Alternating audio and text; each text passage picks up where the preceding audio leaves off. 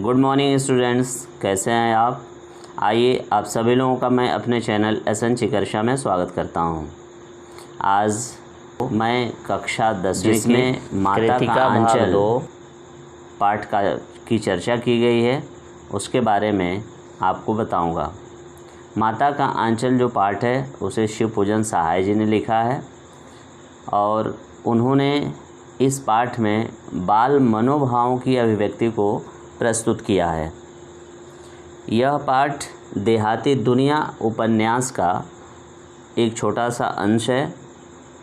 इस पाठ में ग्रामीण संस्कृति की झांकी के साथ साथ ग्रामीण क्षेत्र के विभिन्न चरित्रों और बच्चों के बचपन के अनेक रंगों का दृश्य परिलक्षित किया गया है। इस पाठ में लेखक ने अपने बचपन के बारे में लिखने की कोशिश किया है। आइए पाठ का सारांश देखते हैं।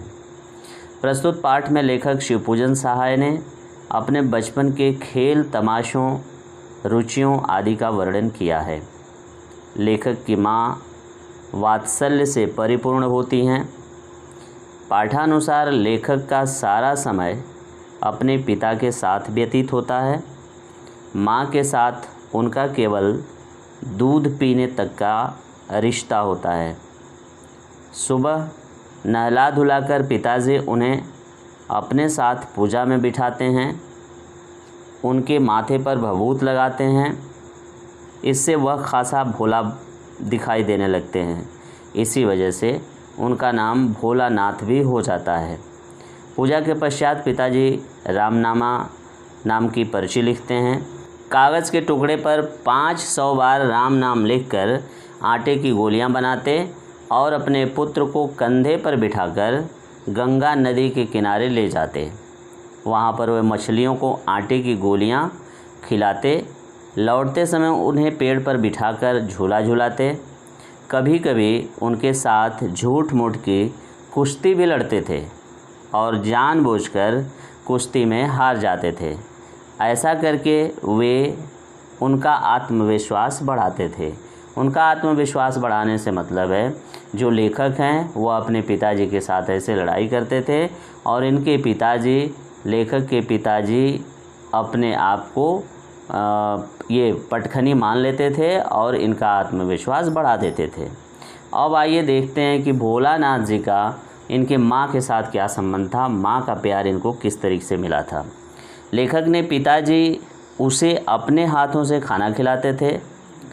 पेट भर जाने के बाद लेखक की माँ को तृप्ति नहीं होती थी और वे दही भात सान कर अपने हाथों से उसे चिड़ियों के नाम से कौर बना बना कर के खिलाती थीं।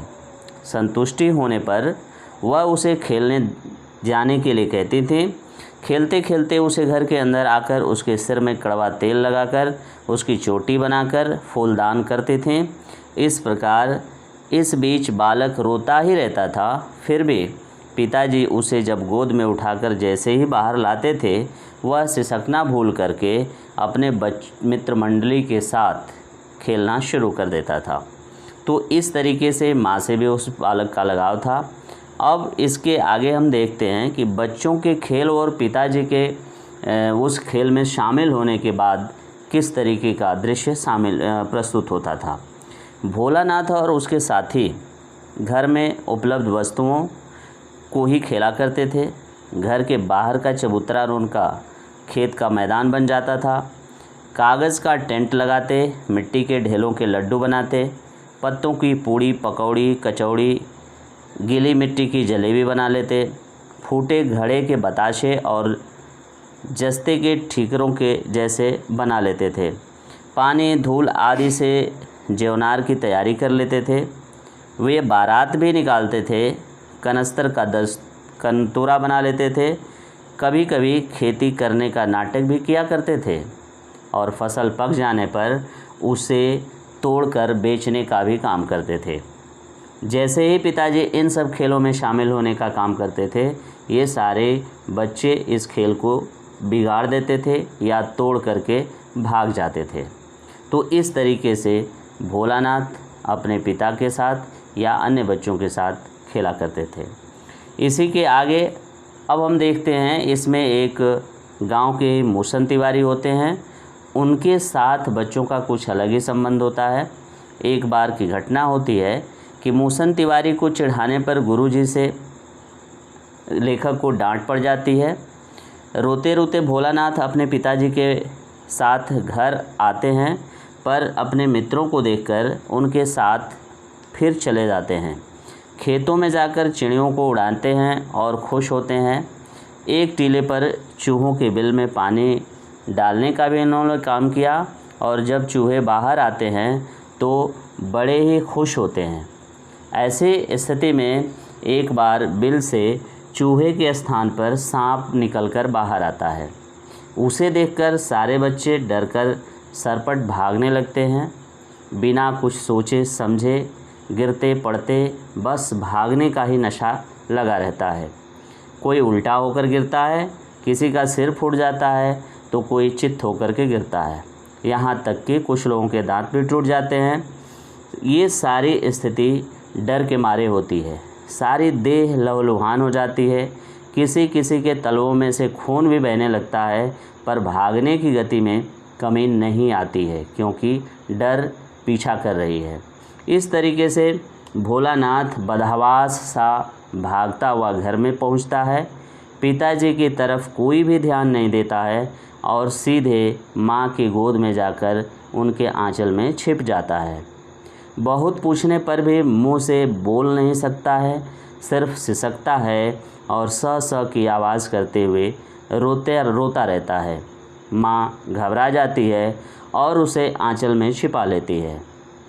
पिताजी के साथ बढ़ने या पर भी वह माँ के जीवन या यूँ कहें कि माँ के आंचल से अपने आप को छुड़ा नहीं पाते हैं, जबकि पिताजी आगे बढ़ कर के उसे लेने की बहुत कोशिश करते हैं। तो इस तरीके से इस पाठ का सारांश होता है और ये अंत में ये बता दिया जाता है कि माता का और बच्चे का जो प्यार होता है पिता के प्यार से ज़्यादा ऊंचा होता है, और माता के प्यार को पिता के प्यार से ज़्यादा महत्वशील बताया गया है, महत्वपूर्ण बताया गया है। इस तरीके से यह सारांश समाप्त होता है। धन्यवाद।